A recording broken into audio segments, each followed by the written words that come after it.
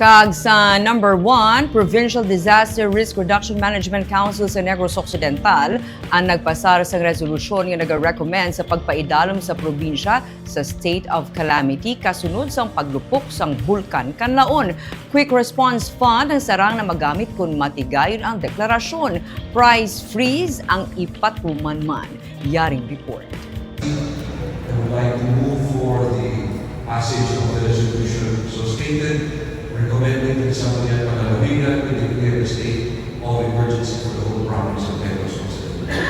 Ginapaabot ang pagpatuman sa special session sa sangguniang panlalawigan buwas agosto talakayon ang ginpasar nga resolution sa Provincial Disaster Risk Reduction Management Council nga nag-recommend sa pagpaidalom sa bilog nga probinsya sa state of calamity. Kung matigayo na, nagakasayuran nga sarang na magamit sa mga LGU bisan pang yadtong hindi apektado sa kanlaon eruption ang Quick Response Fund sa tuyo nga makabulig man sila sa mga nahalitan suno kay Governor Eugenio Jose Lacson. Maga-take effect man ang price freeze sa basic ag prime commodities. Suno kay Lacson, may na-monitor nga pagsaka sa presyo sa face mask nga kung tani suno siya, hindi na pagpamentahaan pa ang sitwasyon. In fact, many of our LGUs have been asking when we can declare this state of a calamity because they would like to help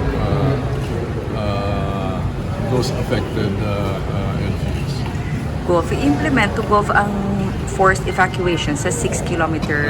That's the latest that I hear from our OCD or head of task force ng Laon, Sir Raul Fernandez, that the plan really is to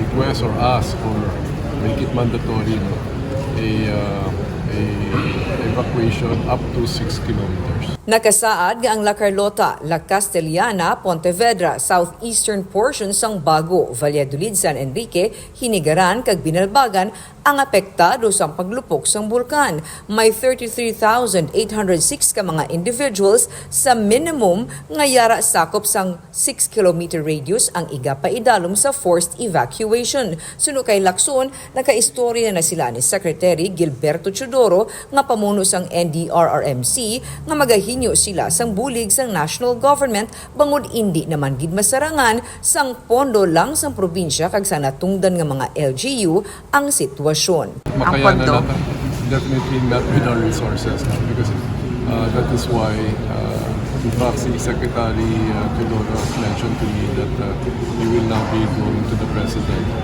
and asking also for additional funds to take care of the affected constituents.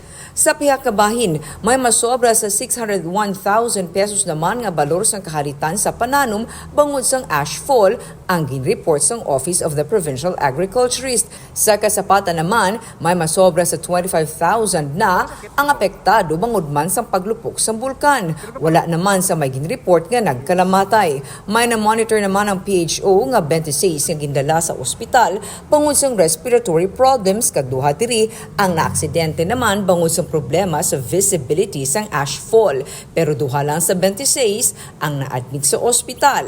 Isa diri ang may underlying condition.